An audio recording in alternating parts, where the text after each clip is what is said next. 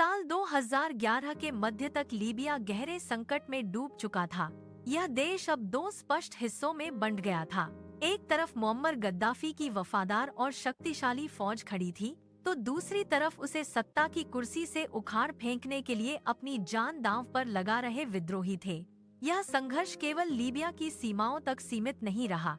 इसमें दुनिया की महाशक्तियां, गुप्त खुफिया एजेंसियां और अलग अलग विचारधाराओं वाले गुट शामिल हो चुके थे, जिससे यह एक अंतर्राष्ट्रीय रण क्षेत्र बन गया था।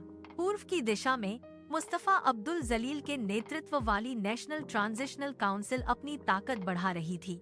सैन्य कमांडर अब्दुल फताह यूनिस, जो कभी गद्दाफी के बेहद करीबी थे, अब विद्रोहियों की कमान संभाल रहे थे। लेकिन विद्रोहियों के भीतर एकता की कमी थी। वहाँ गहरी दरारें साफ दिख रही थीं। कुछ गुट आधुनिक लोकतंत्र का सपना देख रहे थे, तो कुछ कट्टरपंथी इस्लामी धड़े अपना धार्मिक प्रभाव बढ़ाने की फिराक में थे। अविश्वास का यह माहौल भविष्य की बड़ी तबाही का संकेत दे रहा था। त्रिपोली के भीतर गद्दाफी का घेरा लगातार छोटा होता जा रहा था। उनके बेटे सैफ अल इस्लाम गद्दाफी मीडिया के कैमरों के सामने आकर बार बार अपनी सरकार के टिके रहने का झूठा दावा कर रहे थे। वहीं खमीस गद्दाफी अपनी कुख्यात ब्रिगेड के साथ मोर्चे पर डटे थे। लेकिन तभी नाटो के हवाई हमलों ने युद्ध की दिशा ही बदल दी। फ्रांस, ब्रिटेन और अमेरिका के लड़ाकू विमानों ने गद्दाफी के टैंकों, संचार केंद्रों और रसद मार्गों को पूरी तरह तबाह कर दिया। अब आसमान पर गद्दाफी का कोई नियंत्रण नहीं बचा था। जुलाई 2011 में विद्रोहियों को तब बड़ा झटका लगा जब कमांडर अब्दुल फतह यूनिस की रहस्यमयी हत्या कर दी गई। इस घटना ने आपसी अविश्वास को चरम पर पहुंचा दिया। फिर भी गद्दाफी के खिलाफ अभियान थमा नहीं।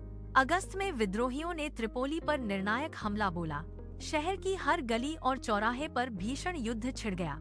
नाटो के समर्थन से विद्रोही सीधे गद्दाफी के मुख्य गढ़ बाब अल अजीजिया में घुस गए। गुस्साए लोगों की भीड़ ने पूरे परिसर को घेर लिया, लेकिन वहाँ एक बड़ी पहेली खड़ी थी। गद्दाफी वहाँ नहीं थे। वे अचानक गायब हो चुके थे। चारों तरफ अफवाहें फैलने लगी कि वे शायद रेगिस्तान में छिप गए हैं या देश छोड़कर भाग गए हैं। उनकी पत्नी और कुछ बच्चे अल्जीरिया चले गए। लेकिन सैफ अल इस्लाम अब भी हार मानने को तैयार नहीं थे। पूरा देश ढह रहा था और दशकों पुरानी सत्ता ताश के पत्तों की तरह बिखर रही थी। मुअम्मर गद्दाफी कहीं अंधेरे में छिपे हुए ऑडियो संदेशों के जरिए प्रतिरोध की कस्में खा रहे थे। जिस लीबिया पर उन्होंने 40 साल राज किया, वह उनकी आंखों के सामने राख हो रहा था।